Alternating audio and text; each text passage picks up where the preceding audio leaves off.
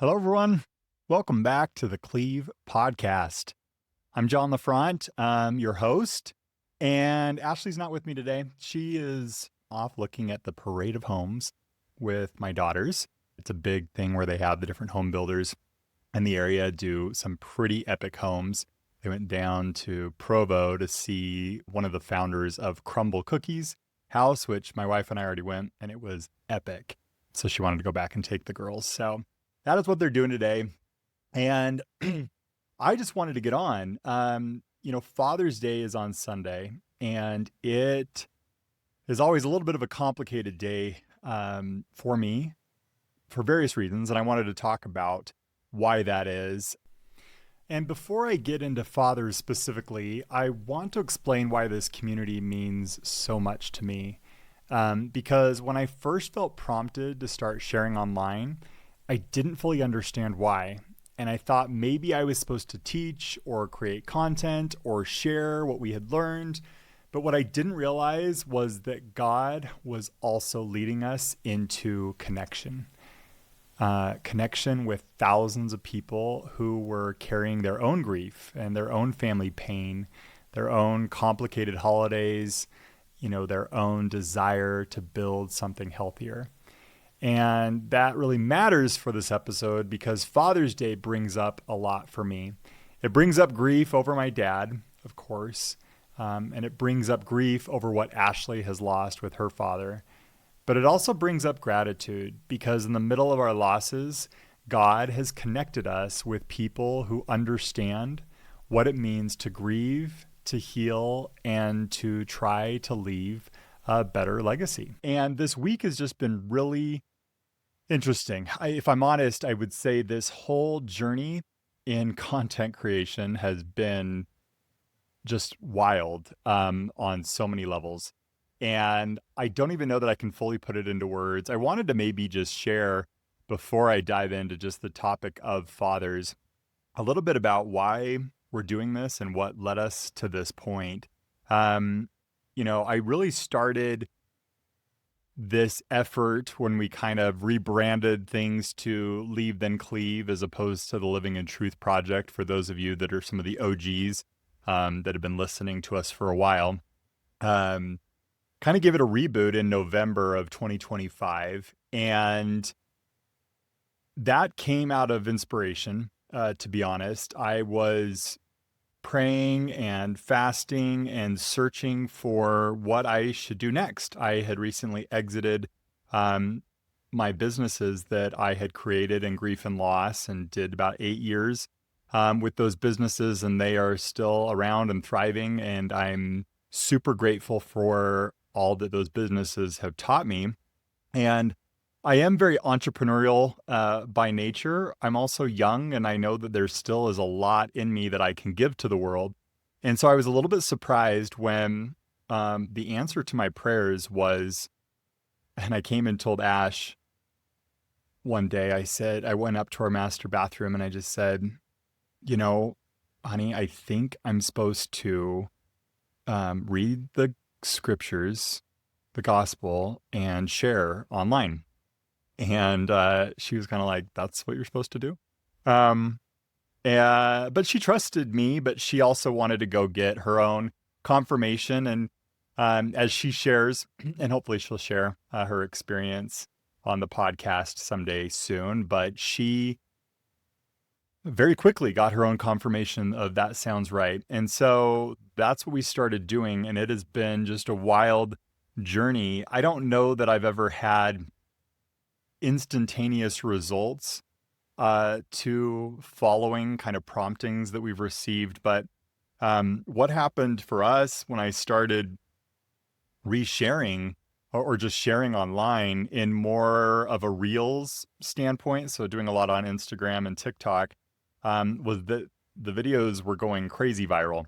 I think in the first 90 days on Instagram, we saw 6 million views, I believe it was. And that has just continued over and over and over again. In different points and different platforms, the message has resonated.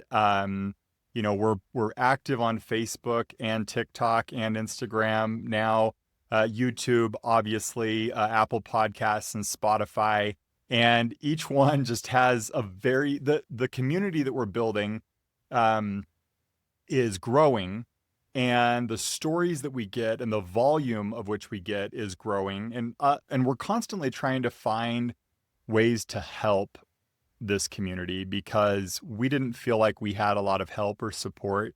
We certainly felt horribly alone in our journey, but we felt very convicted about a few different things. And one of that was, of course, marriage. That's something that Ashley and I are deeply passionate about. And many of you know she studied marriage, family, and human development at Brigham Young University.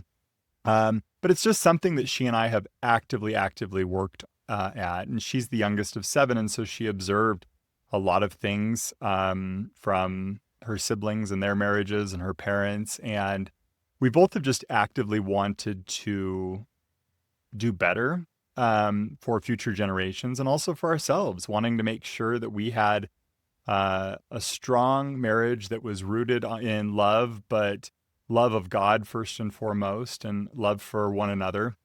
And we aren't perfect by any means.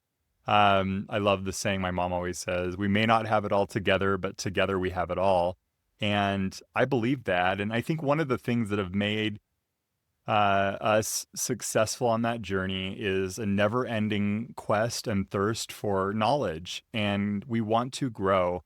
And when you know better, you want to do better. And hopefully, the things that we share inspire others to do the same thing, that we will continue to learn and grow. I think that more light and truth is coming to the earth through various means. And I believe that all truth is rooted in Jesus Christ. He is the way, the truth, and the light. And I believe that he is present in all forms of truth. And so that's what we strive for. We strive for actual truth, both doctrinally speaking, but we also look at science and psychology and human development and family relationships and family systems, and we just want to do better. But anyways, little just tidbit. And this week, we've had a lot of things go really viral.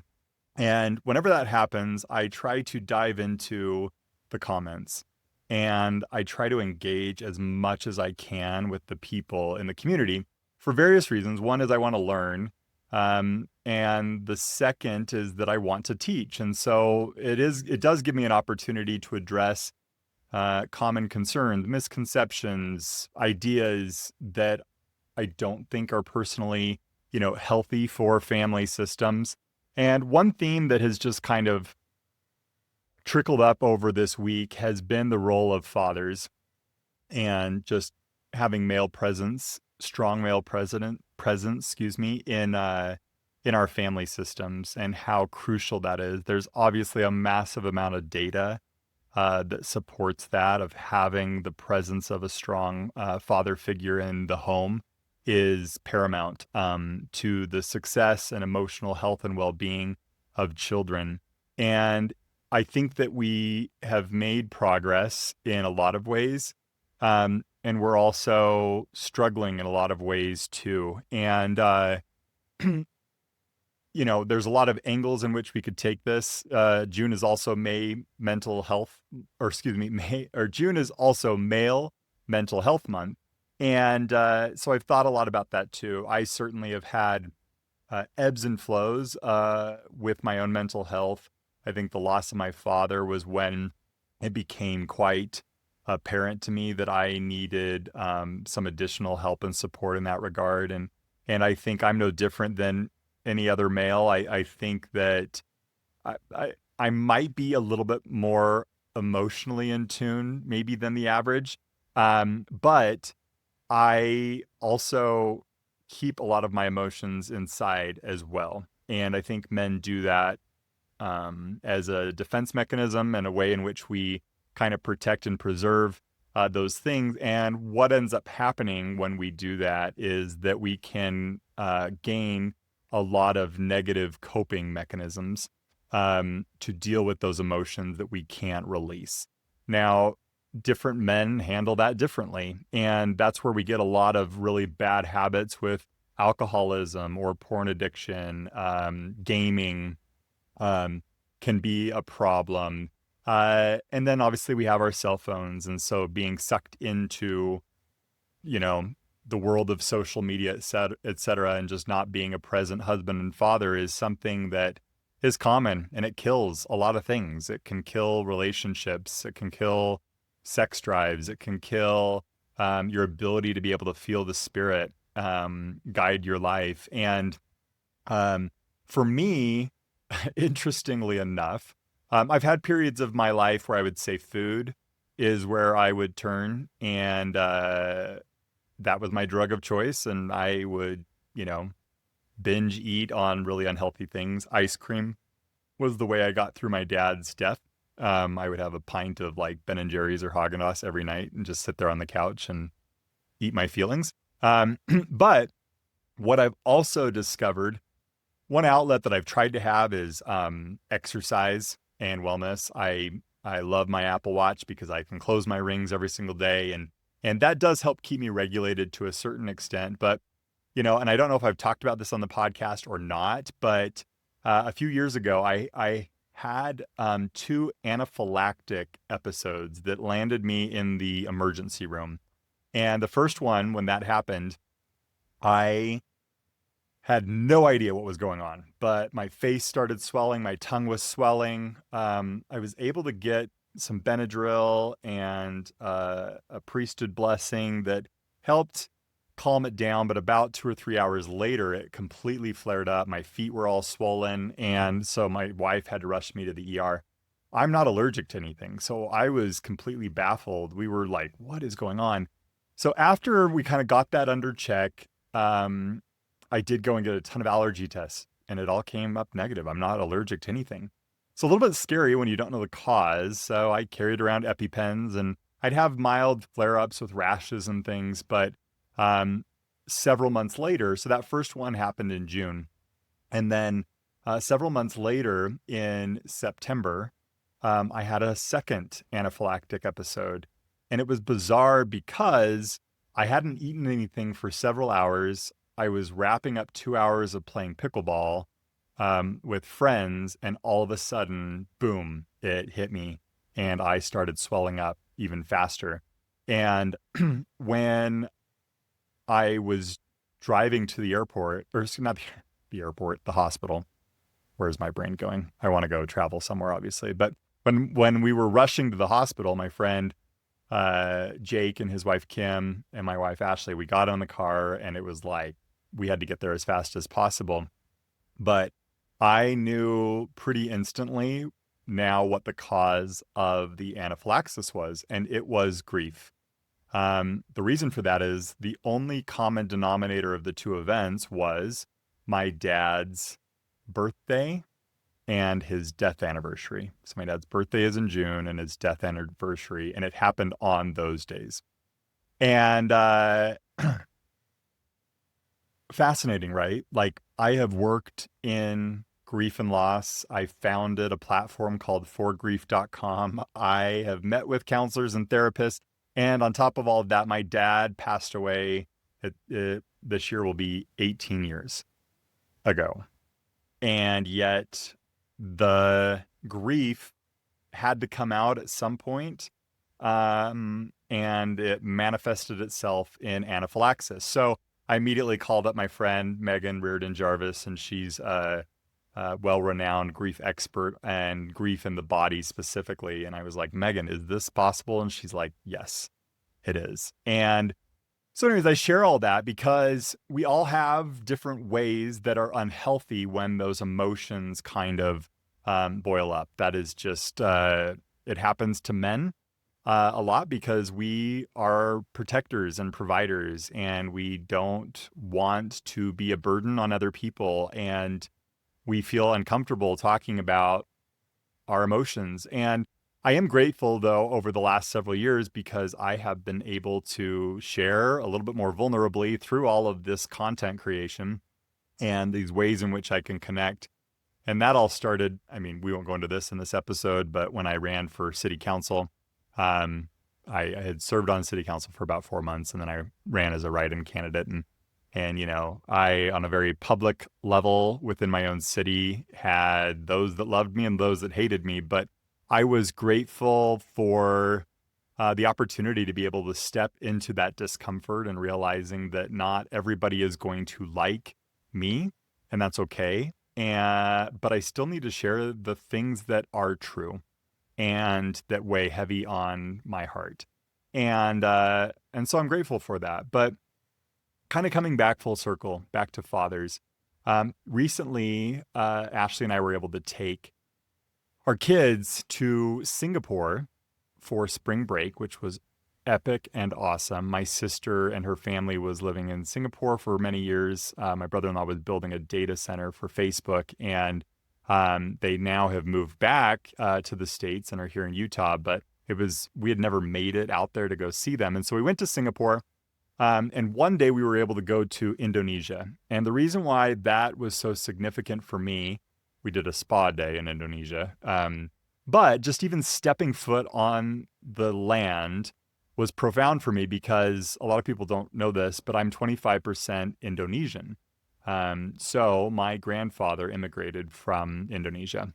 And I had just profound gratitude and the ability to be able to reflect. And I was able to teach. I took our daughters to that spa day. I wasn't able to take the boys, but I took my daughters and my wife, and we went with my sister to Indonesia. And while we were there, I was thinking about my now great grandfather, Opa Bert.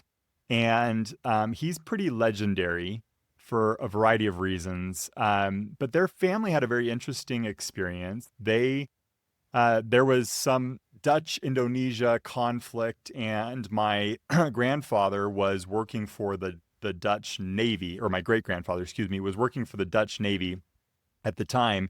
And he, because of the conflict, the Indonesian government wanted him dead. And so he had to take his whole family up in the night, and they had to move from Indonesia to the Netherlands. And I was thinking about how profound that is, and what an impact that singular move alone has had on my life. I can't fathom what that would be like to up and move countries because there's a death threat basically out for you. The trauma that must be associated with that event that is in my DNA and my family line is probably far more significant than I realize. But the thing that's quite fascinating about it, so my Opa Frank, so it was Barrett's son, obviously went with them to the Netherlands, and that is where he met my Oma Nettie. And she was Dutch and lived in Amsterdam. She grew up on the same block as Anne Frank, and they were about the same age. She didn't know her, but just kind of gives you an indicator of the time and the era in which she lived and was raised, and all of the tragedies associated with World War II. So again, you look at the family trauma that's passed down through the DNA line, and I'm like, gosh, okay, so we have the immigration from Indonesia to the Netherlands, but then my grandparents meet, they get married, and then they immigrate to the United States. And they had a brief stint in LA area, and then they moved ultimately up to Seattle, where they stayed. And my grandfather, I never actually met, and that is because he passed away when my dad was 11 years old. He was in a car accident, got hit by a semi, and left 4 young kids for my Oma to raise. And I then again think, what a traumatic event for that next generation. And I've heard amazing things about my Opa Frank. I imagine I'm decently like him in a lot of ways. But then we flashed forward to the next generation. And my dad, he passed away of brain cancer when he was 46 years old. And I'm the oldest of 7. The youngest was 9 at the time. And he was diagnosed at 43.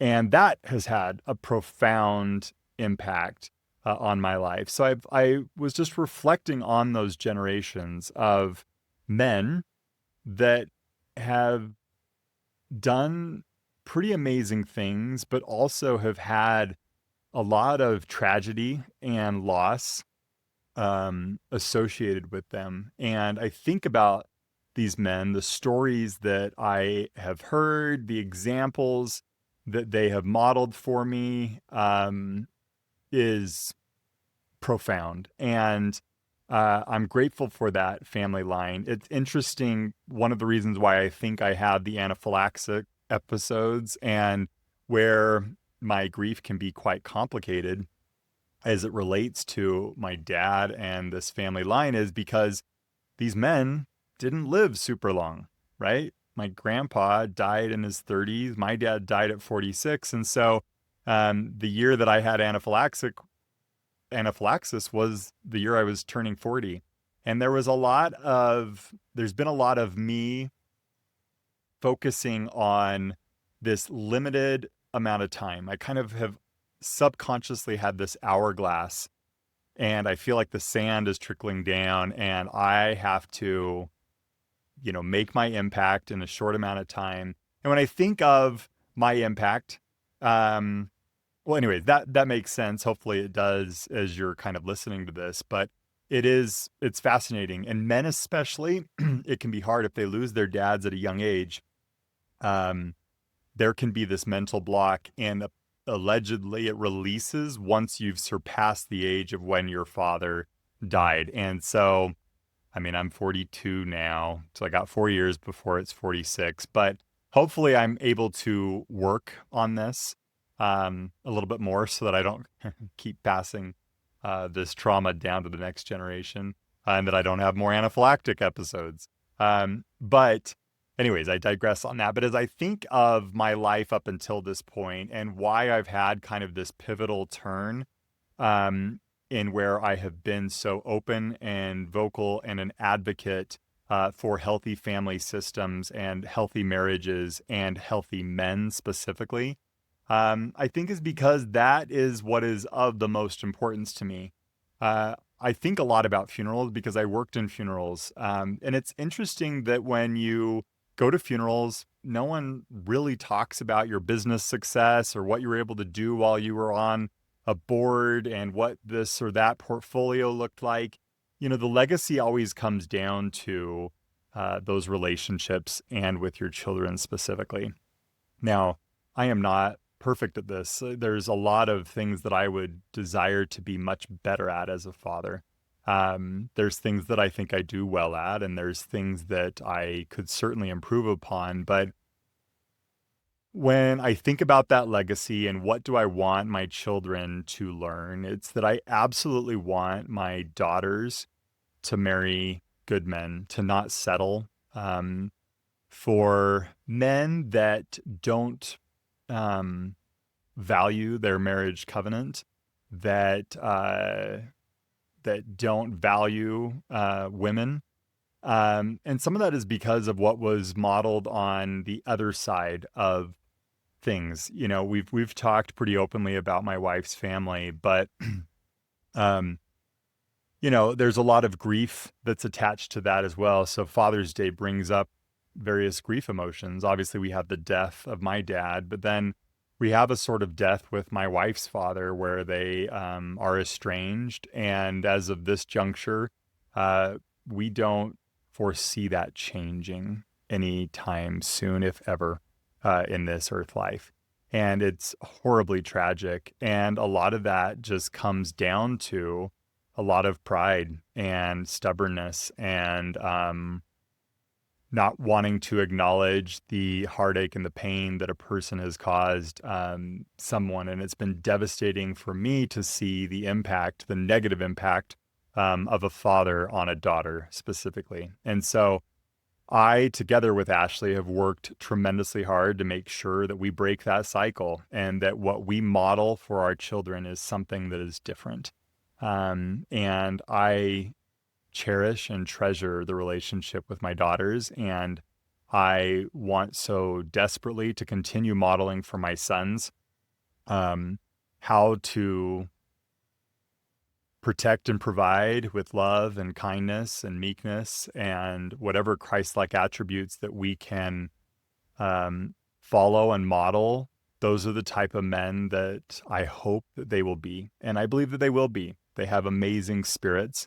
And I hope that some of the things that Ashley and I teach, and myself as well, have been able to rub off on them. But it breaks my heart when I see the things that a lot of men in the world value. The world will measure a man based on his net worth or his money, his success, his career, his status and achievements. But yeah, when people die, no one's going to talk about their quarterly earnings or their stock portfolios and promotions. So it really comes down to things like your character and presence. The sacrifice, love, integrity is so huge. And yeah, what exactly did the fathers before me, leave behind? I think that they've given me the gifts of courage. They have taught sacrifice. They've taught the importance of family and loyalty. They've taught me to have a great testimony of the gospel. I'm so grateful that my dad was a good man in that regard. When I think of what did those generations leave behind for me, it certainly wasn't possessions. It wasn't money. They gave me values. They gave me character. They gave me faith, right? And I'm super grateful for that. And if I was able to have another conversation with my dad again, or any of those men, I think I would ask, what things did they struggle with? I think that often when people pass away, we really glamorize the dead. We tell nothing but the amazing stories. And I think that that is a great way to honor them. But it sometimes can be a disservice when we don't talk about the pain and the struggles and the loss. When I think of, the fathers in our kind of sphere of influence and family circles that have not done a great job, I think that that's it. They want to paint a different picture than who they are. And so rather than talking about their struggles, they try to put on this false persona that they are perfect, and they're not. And it really isn't about like just talking about your sins and showing that they're imperfect, but it's how did you apply the atonement of Jesus Christ in your life? How did you put off the natural man? What elements of the natural man have you struggled with as you've tried to become a more Christ-like person? And when you have people that only want to put on the image of perfection that is so clearly a lie, it just creates a lot of disconnection and distrust. And you get to the point where you're like, I don't even know who you are. And that creates a lot of uneasiness and loss and grief in a totally different way. To grieve, especially the living, has been so terribly hard for Ashley and I. We've been able to see two different sides of grief, the physical loss of somebody, and then also the relational loss of someone else. And grieving the living is something that I hope you don't have to go through. But I also know this community and the people that listen to this podcast and that engage with us on social media and come to our webinars, or the people that I'm able to meet with and coach. There is a lot of loss in this community, and grieving the living is so terribly hard. And so I don't know. It's just given me a lot of pause to think, okay, what is my legacy that I want to be known for? what would I think it's called an epitaph. What would be the thing that people say about me, or the eulogy, right? My hope is this. I really hope that I will be known for telling the truth. I hope that I will be known as a person who protects the vulnerable. I hope I will be known as a father who honors his wife and their mother. I hope that I will be known as a person who can admit things when I'm wrong. I hope that I am a father that chooses integrity over my image. I hope that I am a father that is able to, give my children a better life than I had. I hope that I can give them a good platform and launching ground, but I want them to do better than me. I don't want to pull them down. I don't want to be the top of the pyramid. I want them to be even better. And I hope that my example of that will show that they can be, and that they can also strive for that. And with each generation, I think that is the legacy that we can pass on. It's more valuable than money. It's more valuable than worldly success. If we can pass that on to our children, I think that that's the greatest, blessing that we can give them. And you know, someday my children will tell stories about me. I know that they will. And I also know that my kids are going to be disappointed in me sometimes, and they have been disappointed in me. One thing that Ashley and I tell our kids all the time is, you will be in therapy because of us. And we say that a little bit tongue in cheek, but truly we want to normalize too. Number one, that therapy is okay and that it is good. But number two, to acknowledge that we are imperfect, that we may have done things, obviously unintentionally, that harmed them in some way, shape, or form, but that we're going to have the humility um, to listen to that and to try to make whatever wrongs we can right, so that we can have an even stronger relationship. We have a deep desire, and I have a deep desire to own, my mistakes and where I got things wrong. I want my kids to say that dad wasn't perfect, but I want them to say, but he loved us, and he loved mom, and he told the truth, and he protected what mattered. And when difficult choices came, he chose integrity over comfort. That is the legacy that I'm trying to leave. And I do believe that that is the legacy that I have inherited from this line of great men. As I read their stories and see the things that they struggled with, and the only thing I wish I could have in family history, and I wish we could normalize this somehow, is I would love more than anything to have heard more of their struggles, the things that they were imperfect on. And the reason for that is they might be the very things that I have struggled with. And I believe that knowledge is power. And if I could have greater knowledge about that, I could heal it, because I could focus on it. And but I'm working on it. It is a journey, and it's actually a great one. I love the growth that I've been able to see in myself. The person that I am today, speaking on a microphone, talking to a computer, trying to envision the thousands of you that are out there listening. I don't think I ever would have foreseen this being my life, even a year ago, but here we are. And I'm grateful that I've learned to listen to promptings that have come from the Spirit, that have guided me on the path that I need to be on. I still have a long ways to go, and I just appreciate so much this community that has put their arms around us and our family. Um, Sorry. Um, it's crazy that you can be so grateful for strangers.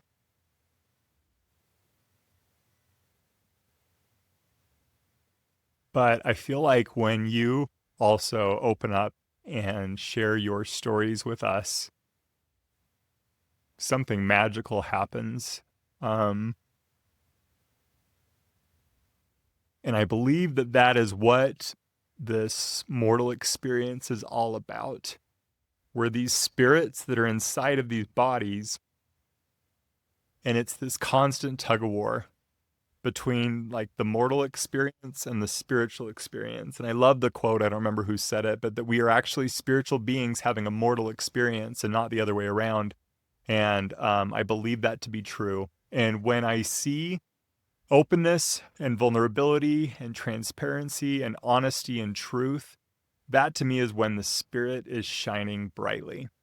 And that's when I'm able to see things and connect on a more spiritual level. And even when it's just words that are typed on a social media post, or a comment that is left where somebody tells their story, or an email that's sent to us, the sheer volume that we have been able to hear and receive has been just a thrill of a lifetime. Honestly, I feel so incredibly blessed to be able to help and be somewhat of a steward of this sacred work. And so I just want to thank you for that, for just bringing your hearts. I try my best to bring mine. I know that there's times that I probably, you see my natural man come out in me. I'm still doing my best to navigate it all.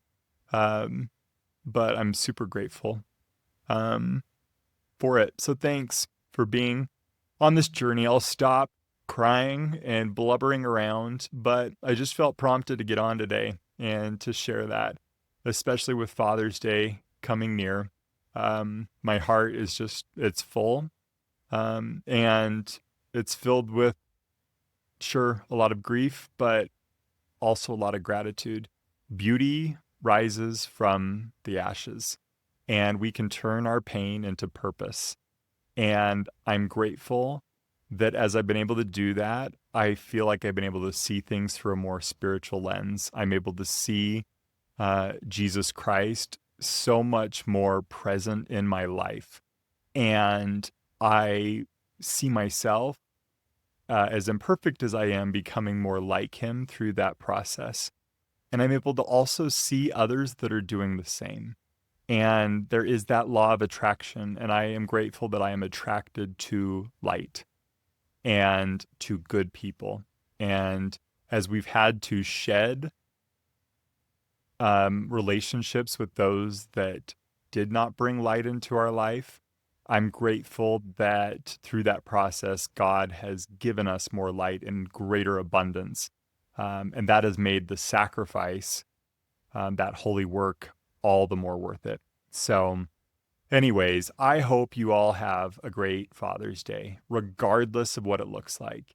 Whether you're celebrating the good, the bad, the ugly, and you're reflecting, ultimately, we have a loving Heavenly Father that knows us individually. He's mindful of us. He has a great plan for us. That plan is playing out right now.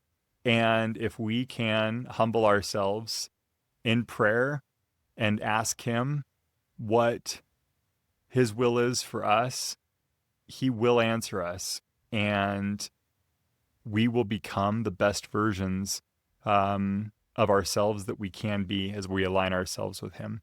So I wanted to share that with you today prior to this Father's Day, and I hope you all have a great weekend.